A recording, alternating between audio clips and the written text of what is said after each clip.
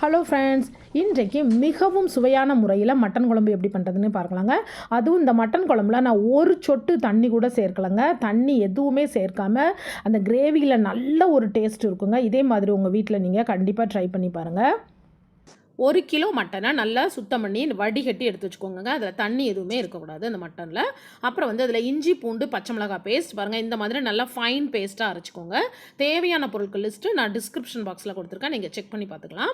அப்புறம் தேவையான அளவு உப்பு போட்டுக்கோங்க. 1/4 டீஸ்பூனுக்கு கொஞ்சம் அதிகமாக மஞ்சள் பொடி போட்டுக்கோங்க. அப்புறம் வத்தல் பொடி, அதாவது சில்லி பவுடர் 3/4 டீஸ்பூன் போட்டுக்கோங்க.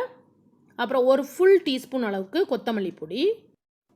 அப்புறம் மட்டன் மசாலா. மட்டன் மசாலா நீங்கள் எந்த பிராண்ட் யூஸ் பண்ணுறீங்களோ அதே யூஸ் பண்ணிக்கலாம். 3/4 டீஸ்பூன் போட்டுக்கோங்க. இந்த மசாலா அளவுகள் எல்லாமே இந்த மாதிரியே போட்டுக்கோங்க, இல்லைன்னா ரொம்ப மசாலாவாக ஆயிரும். அதாவது அந்த மட்டன் குழம்புல மட்டனோட ஃப்ளேவரே இல்லாமல் போயிடும். அப்புறம் 2 பெரிய சைஸ் வெங்காயத்தை நல்லா பேஸ்ட்டாக அரைச்சி போட்டுக்கோங்க. சின்ன வெங்காயமாக இருந்ததுன்னா ஒரு 25 வெங்காயத்தை பேஸ்ட்டாக அரைச்சி போட்டுக்கோங்க. அப்புறம் தயிர் ஒரு 200 கிராம் நல்ல அதாவது புளிக்காத தயிராக பார்த்து யூஸ் பண்ணிக்கோங்க. அப்புறம் ஒரு கைக்குத்தளவு புதினாவும் கொத்தமல்லி இலையும் போட்டுக்கோங்க, நல்லா ஃப்ரெஷ்ஷாக.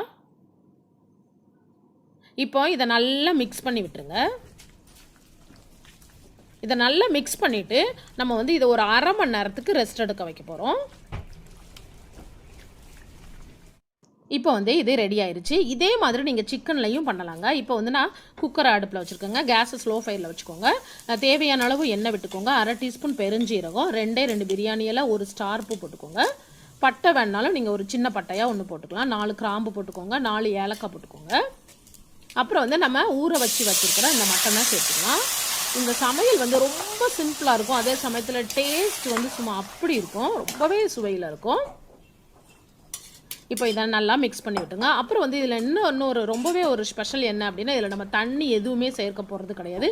கண்டிப்பாக நீங்கள் இதில் தண்ணி சேர்க்காதீங்க. தண்ணி சேர்த்திங்க அப்படின்னா ரொம்பவே தண்ணியாக ஆயிரும், நல்லாவே இருக்காது. தயவுசெய்து தண்ணி இல்லாமல் நீங்கள் ட்ரை பண்ணி பாருங்கள், செம்ம டேஸ்ட்டில் இருக்கும். இப்போ நம்ம இதை மூடி குக் பண்ண போகிறோம். 4 விசில் வச்சு எடுத்துக்கோங்க.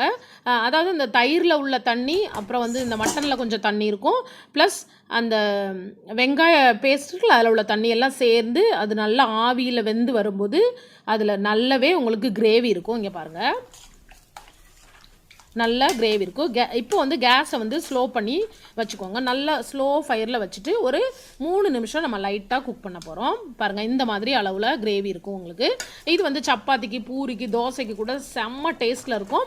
அதாவது அந்த மட்டனோட ஃப்ளேவர் அந்த கிரேவியில் அப்படியே இருக்கும், செம்ம சூப்பராக இருக்குங்க. ரொம்ப சிம்பிள் ரெசிபி.